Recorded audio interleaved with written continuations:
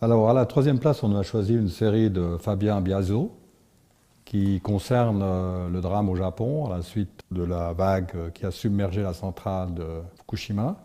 On a trouvé ce travail très intéressant parce qu'au fond, il illustrait bien aussi la préoccupation de l'État japonais de montrer qu'il contrôle la situation, de montrer qu'il joue la carte de la vérité, des choses qu'on leur a reprochées au départ, c'est-à-dire de ne pas être tout à fait correct dans les informations qu'ils transmettaient aux victimes sur la radioactivité.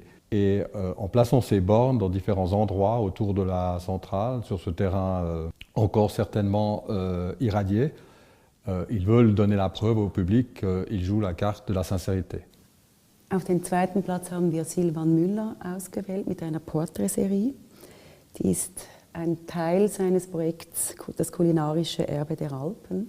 Die Porträts zeigen Köche, die nicht in der Küche porträtiert werden, wie man es erwarten würde, vielleicht mit einem Messer in der Hand. Also sie sind am Kreieren ihrer Werke, würde ich schon fast sagen. Es sind bekannte Köche. Und sie werden in einer ganz neuen Form inszeniert, sie schauen aus dem Fenster. Ihr Blick ist gerichtet auf die Gegend, wo das wächst, was sie in ihrer Küche einsetzen. Das ist eben das kulinarische Erbe.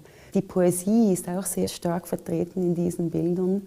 Es ist etwas romantisch inszeniert, aber ich glaube, es wird dem gerecht, ohne dass das abwertend ist, dass es um mehr geht, als einfach ein Spitzenkoch zu sein, sondern die Natur zu ehren und zu respektieren. Und somit ist Ihr Blick darauf gerichtet. À la première place, on a choisi un reportage en dipôle qui concerne un travail sur le CERN.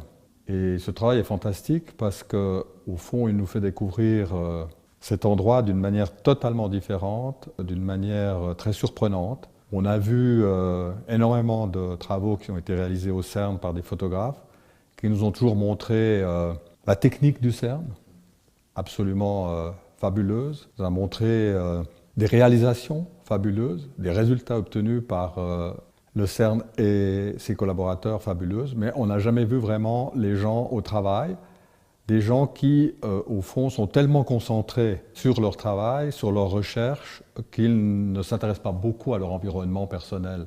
Et ils travaillent dans des conditions, au fond, certes correctes, mais après ce qu'on voit sur les photos, on a l'impression que le mobilier les intéresse peu, que la machine à café est déjà un problème pour eux quand ils doivent tenter d'extraire une boisson de cette machine qui leur semble assez bizarre, alors qu'ils maîtrisent évidemment la physique, la mathématique, les chimies d'une manière fantastique. Donc pour nous, c'était vraiment un travail excessivement fort, un travail qui mérite ce premier prix.